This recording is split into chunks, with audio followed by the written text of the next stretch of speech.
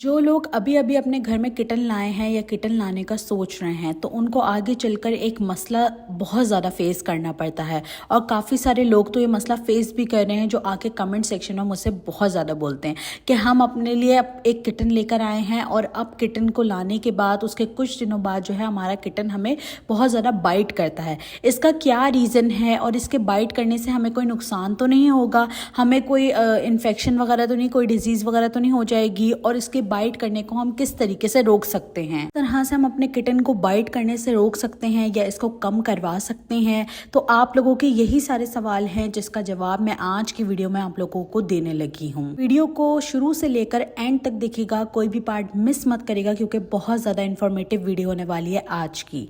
और मैं आप लोग को अपना एक्सपीरियंस भी शेयर करूंगी कि जब कैस्पर और मानो मेरे घर पे आए थे तब वो किस तरह से जो है वो बाइटिंग वगैरह करते थे और मैंने उनको किस तरीके से कंट्रोल किया था इस चीज़ से। सबसे पहले तो उस सवाल के बारे में बात करते हैं जिसके बारे में सबसे ज़्यादा पूछा जाता है कि हम एक किटन लेकर आए हैं, हमारे घर में बच्चे वगैरह भी हैं, वो भी किटन के साथ खेलते हैं, हम भी खेलते हैं, हमारा किटन बहुत ज़्यादा स्क्रैच करता है, हमें बाइट करता है, तो उससे हमें रेबीज़ वगैरह तो नहीं हो जाएगी।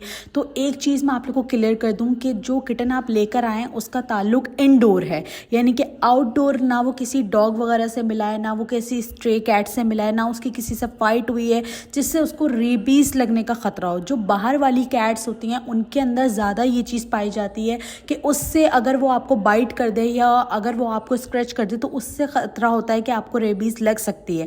बट जो इंडोर कैट होती हैं उनसे इतना ख़तरा नहीं होता कि आपको उससे रेबीज़ वगैरह लग सके।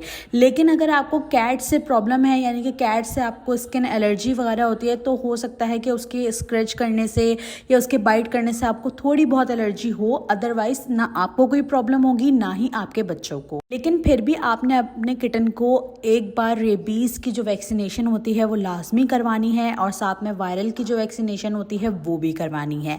लेकिन आपने इस चीज़ का ख्याल रखना है कि आजकल बहुत ज़्यादा फ्रॉड हो रहा है इन वैक्सीनेशंस को लेकर और कैट की जान भी जा रही है। तो उसके लिए वैक्सीनेशन के ऊपर आप पहले एक डिटेल वीडियो देख लें जिससे आपको पता लग जाए कि कौन कौन सी वैक्सीनेशन होती है और कैसे करवाई जाती है।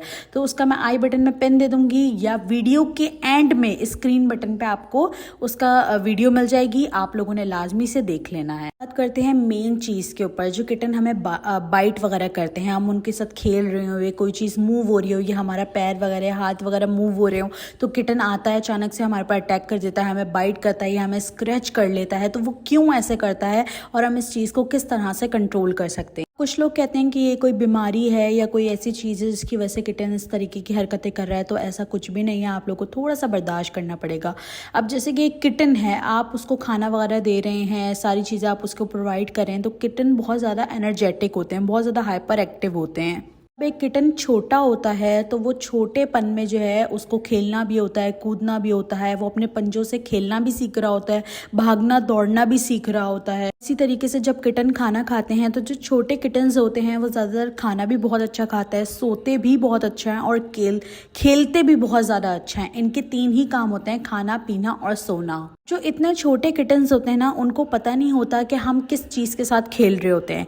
कि जो अगर आप उनको हाथ से खिला रहे हैं अपने, यानी कि आप उनके हाथ से टच कर रहे हैं या उनको उनके हाथों पे टच कर रहे हैं, उनके फिंगर पे टच कर रहे हैं या पैर पे टच कर रहे हैं, तो उनको ये चीज़ पता नहीं होती कि ये टॉय है या फिर हैंड है। तो आप उनको जिस तरफ लगाएंगे वो उसी तरफ लग जाएंगे। किटन खाना खाता है तो उसके अंदर बहुत ज़्यादा एनर्जी आ जाती है, वो बहुत ज़्यादा हाइपर एक्टिव हो जाता है।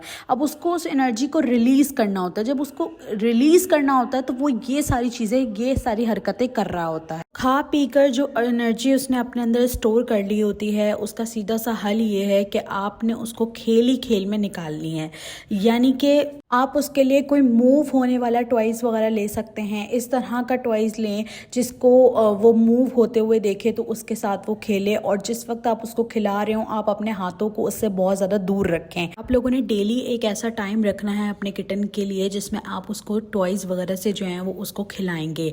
तो 5 से 10 मिनट तक आप उसको खिलाएंगे तो वो अच्छे से खेलेगा, अपनी एनर्जी को रिलीज़ कर देगा और फिर उसके बाद वो थक जाएगा और थक के वो सो जाएगा। लेकिन अगर आप ऐसा नहीं नहीं करते हो और आप ज़्यादातर अपने हाथों के साथ ही उसे खिलाते हो तो फिर वो ऐसा ही करेगा, वो आपके हाथ को ही एक खिलौना समझेगा और उसी को स्क्रैच करता रहेगा और उसी को ही बाइट करता रहेगा। तो इस तरह के कुछ खिलौने वगैरह होते हैं किटन्स के लिए, उसका मैं लिंक डिस्क्रिप्शन में डाल दूंगी, आप लोग जाकर देख सकते हैं, जो किटन्स के लिए काफ़ी अच्छे होते हैं और किटन्स उनके साथ इस तरह खेलते हैं और अपनी एनर्जी को रिलीज़ करते हैं और बहुत ज़्यादा हाइपर एक्टिव भी हो जाते हैं। तो इस वजह से वो आपके बाइट वगैरह करते हैं। अगर आप उनको टॉयज़ वगैरह से किसी चीज़ से खिलाएंगे, बेसिकली किटन्स को जो है ना वो मूव होने वाली चीज़ें बहुत पसंद होती है। आप इसमें देख भी सकते हैं वीडियो के अंदर कि जो मैं मूव कर रही हूँ ये बेसिकली एक तस्बीह है छोटी सी, और जो है ना मैं इसको मूव कर रही हूँ तो देखें आप, किटन जहाँ जहाँ मैं मूव कर रही हूँ वहाँ वहाँ उसकी गर्दन भी साथ साथ वो मूव कर रहा है और अपने हाथों को भी मूव कर रहा है। तो किटन को मूव होने वाली चीज़ें जो होती है ना वो बहुत पसंद होती हैं। अब आप अपने हाथ मूव करेंगे या पैर मूव करेंगे तो लाजमी सी बात है वो उसके ऊपर आएगा और अचानक से जो है वो अटैक करेगा।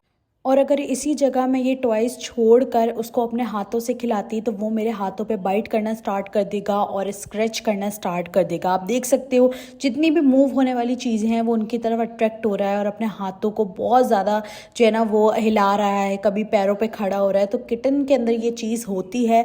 अगर आप इस चीज़ से हटाना चाहते हो तो सीधी तरीका यही है कि आप उसको जो है वो टॉयज़ की तरफ ज़्यादा से ज़्यादा लेकर आओ, ना कि आप अपने हाथों को मूव करो। काफ़ी सारे लोग ये करते हैं, बच्चों के अंदर भी आदत होती है कि बार बार किटन को गोद में उठा रहे हैं, कभी जो है उसको प्यार कर रहे हैं, कभी उसको जो है वो अपने हाथों से खिला रहे हैं, कभी कुछ कर रहे हैं, तो उससे भी किटन जो है वो काफ़ी ज़्यादा इरिटेट हो जाता है। दूसरा ये कि वो फिर हाथों पे स्क्रैच वगैरह करना स्टार्ट कर देता है और फिर वो बाइट वगैरह भी करना स्टार्ट कर देता है। यहाँ पे आप लोग देख सकते हैं कि मेरा किटन बहुत ज़्यादा छोटा है और अभी हम इसको हाथ से अगर जैसे हाथ टच करें तो ये किस तरह से जो है वो स्क्रैच कर रहा है या हाथ को पकड़ने की कोशिश कर रहा है। तो ये सारी चीज़ें किटन के अंदर होती है जब वो छोटे होते हैं।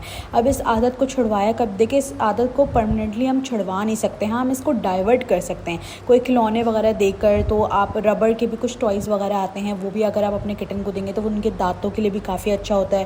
वो उससे दांत से भी दबा रहे होते हैं, वो भी काफ़ी अच्छा होता है उनके लिए। और जो है ना कहते हैं उससे भी वो उसको बाइट करते रहते हैं तो उससे भी उनकी आदत जो है वो डाइवर्ट हो जाती है, छूट जाती है।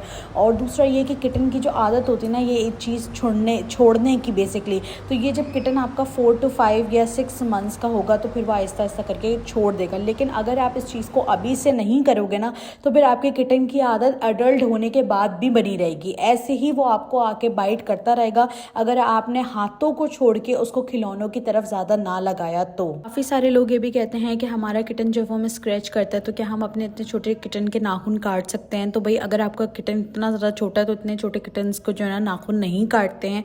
जब तक आपका किटन जो है वो 2-2.5 माह का ना हो जाए या उससे भी ज़्यादा 3 माह का ना हो जाए तब तक आप उसके नाखून ना काटें, वो उसके लिए ज़्यादा सही भी नहीं होता है। और दूसरा ये कि आपको थोड़ा बहुत जो है वो बर्दाश्त करना पड़ेगा अगर वो स्क्रैच वगैरह कर रहा है। ये कि आप अपने हाथों को थोड़ा सा दूर रखें और उसको टॉयज़ वगैरह की तरफ जो है वो ज़्यादा अट्रैक्ट करें। बेसिकली नाखून ना काटने की एक ये भी वजह होती है कि किटन्स जो होते हैं वो खेलते कूदते हैं, भागते दौड़ते हैं, तो वो नाखूनों की वजह से उनकी पकड़ होती है। जब उनकी पकड़ ही नहीं होगी वो ठीक से खेल नहीं पाएगा, वो स्ट्रेस में भी जा सकता है। तो ये सारी चीज़ें जो होती हैं ना वो किटन्स के लिए बहुत ज़्यादा नुकसानदेह होती हैं, बहुत छोटे किटन्स के लिए। तो हमें इन चीज़ों का जो है ना वो ख्याल रखना पड़ता है। जो सिंपल चीज़ें मैंने आप लोगों को बताई है कि आप इसकी एनर्जी को जो है वो वेस्ट करें, अपने हाथों का इस्तेमाल कम रखें, टॉयज़ वगैरह से ज़्यादा खिलाएं, तो उससे आपके किटन की जो ये बाइट करने की आदत है